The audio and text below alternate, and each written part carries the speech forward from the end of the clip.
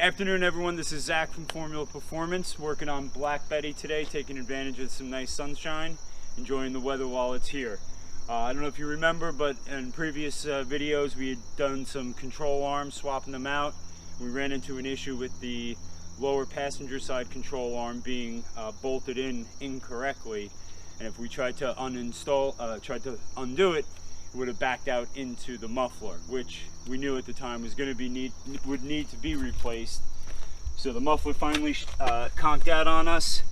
So I bought a new muffler from Advanced Auto, and I did order a tailpipe from Advanced, but they stock one that has a right angle on this hanger. So without trying to weld it in the hanger, I needed to just return it and replace it. So got this one from RockAuto, but it came with some love taps put on it already.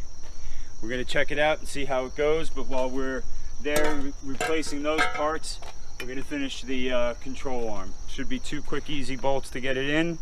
Try to tighten up the rear end a little bit. So let's get at it. Okay guys, Zach has removed the lower control arm bolt in the front, and we're working on the one in the back. It's a good idea to soak down the bolts with WD-40 just to loosen up any rust that's occurred over the years. We're using impact tools. It's a 21mm socket, and we're using a wrench on the opposite side. If you don't have access to impact tools, you could use a 1/2-inch ratchet and a breaker bar to get the leverage needed to break the bolts loose. When you reinstall the lower control arm, it may be a good idea to place some grease on the areas that move, such as outside the bushing and inside the bolt area that rotates on the solid sleeve, just so you don't get any squeaks.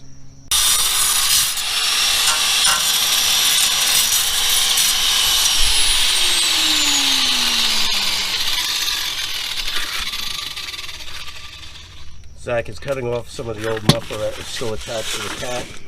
Trying to clean this up to put the new muffler system on the Jeep. It's going to be a little tricky. We're going to need to add some adapters.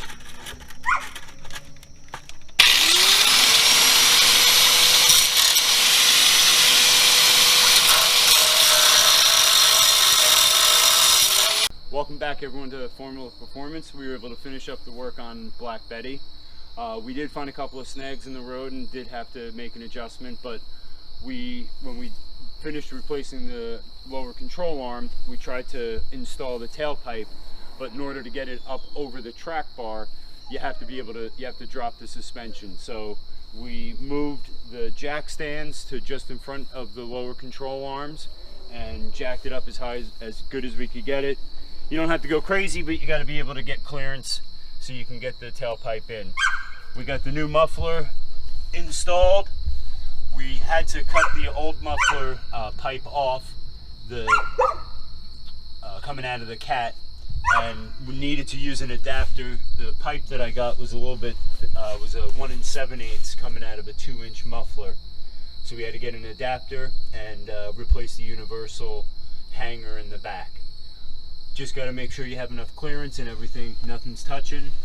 We zip tied up some emergency brake cables to keep it out of the way, but she sounds pretty good. Let's give her a start and see how she sounds.